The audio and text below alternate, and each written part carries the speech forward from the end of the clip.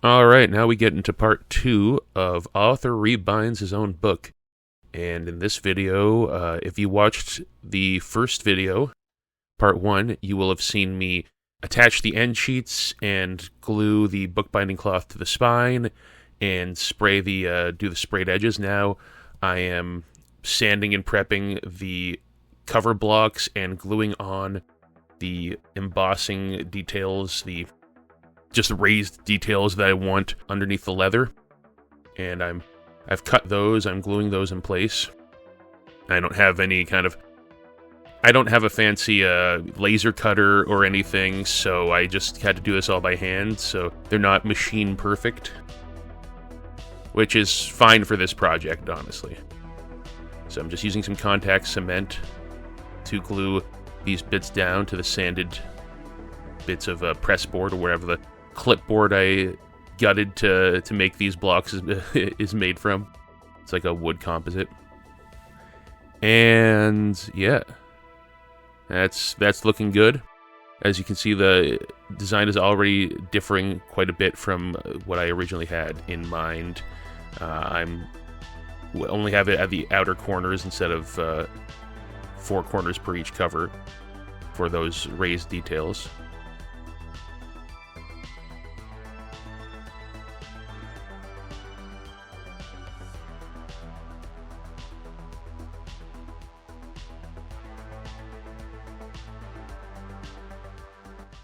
And now I'm getting out the leather, which is a vegetable tanned cowhide. It's quite a bit thinner than the stuff I generally work with when I'm doing more traditional leatherworking projects. But it is still probably kind of thick for leather binding, but I've had this piece kicking around for well over a decade, and I figured it's probably time I found a use for it. Here I'm going to be just marking. I'm giving myself quite a bit of extra room outside of what's going to be visible on the cover, because the leather's got to wrap around the blocks, the plates. So yeah, I'm just cutting up the leather to size after I've marked it.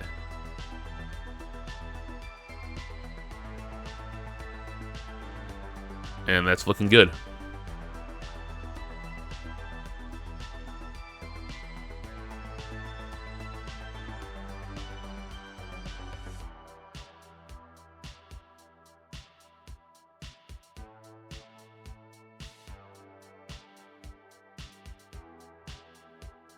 So now I'm going to lay some paper down, and I am going to just completely cover this project in bookbinding glue. I was tempted to use contact cement, and maybe that would have been a bit better, but I didn't want the glue to set and solidify too fast and adhere the leather irrevocably from the project in case something was out of place. So I figured, since I'm going to be wetting and pressing down the leather anyway for a while, why not have a glue that takes a little bit longer to dry, so that I just have more time to adjust it, to fix it. And here we go. I'm pressing the leather down. Now I'm gonna start taking my bone folders and working into the leather with those.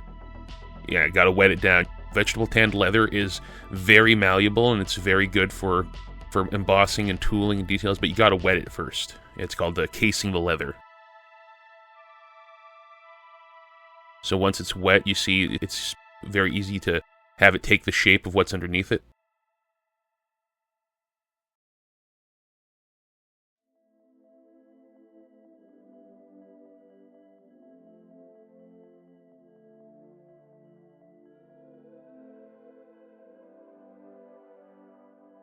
This is the real fun part, when it goes from just a concept on paper to now you have actual, like, cowhide going into it. Feels legit.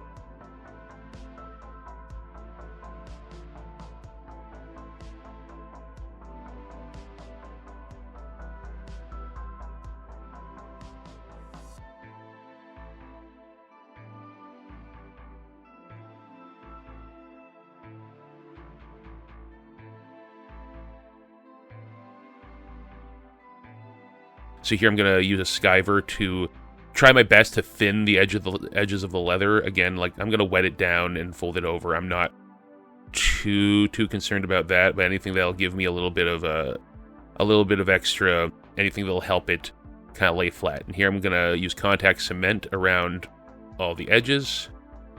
Doesn't need to look great. All of this is going to be covered.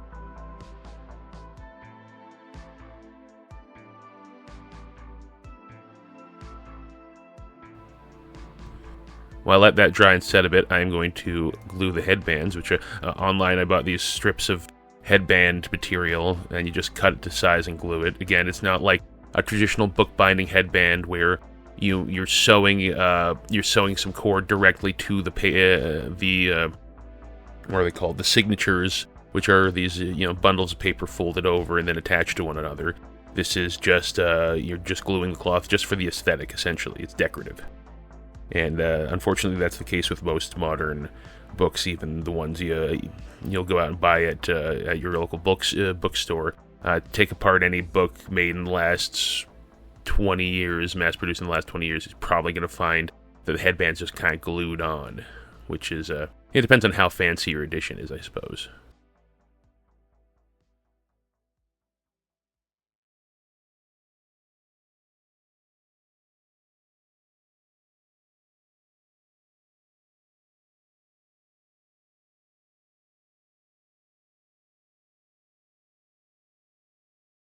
And there we go. This paperback book is starting to actually look like a hardcover.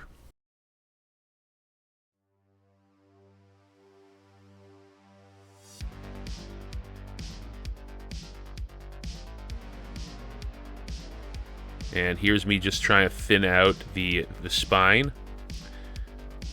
Just doing a rough job of trying to thin out the spine a little bit, so a little bit more room for the book to sit. Because yeah, the clipboard material, I like it for the front covers. It is a bit on the thick side, and in retrospect, I could have just probably removed that material and used like a thinner cardboard for the spine and been perfectly okay.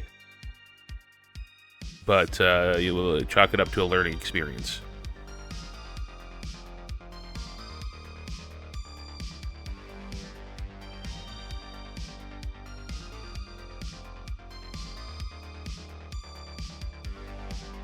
And you'll see throughout these videos, I'm going to be going back and reworking the details in quite a bit.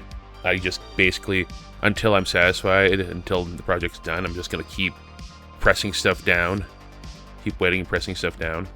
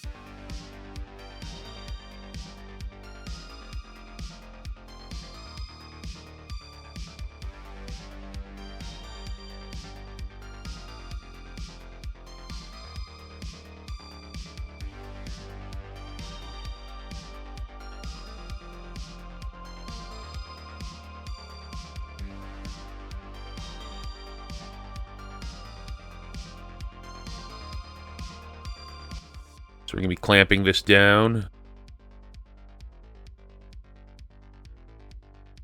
And I'm taking some twine here, some crafter's twine I got at the dollar store, and I am just looping that around and using it to kind of add more definition to those ridges along the spine.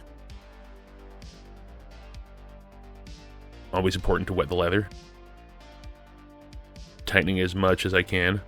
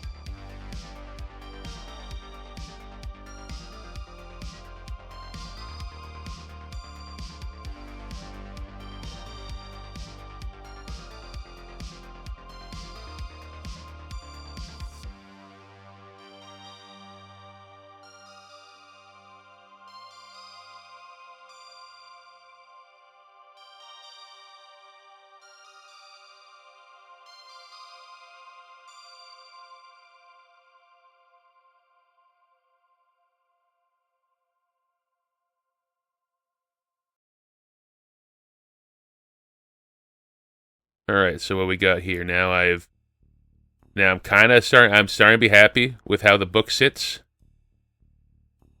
How the text block sits in the cover.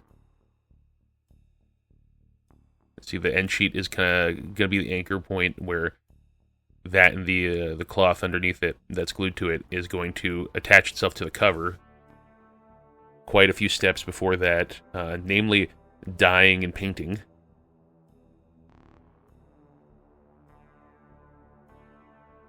But yeah, that's part 2 of author rebinds his own book. If you have any questions, feel free to leave a comment in the comments section. So until next time, I am author Edward Nile. I hope to see you all back here for part 3 as I rebind a copy of my upcoming novel, Godless, book 1 of the Xaidra Cycle, which is the start of my new epic fantasy series, which will be coming out May 2025. In the meantime, take care, stay safe, and have a great day.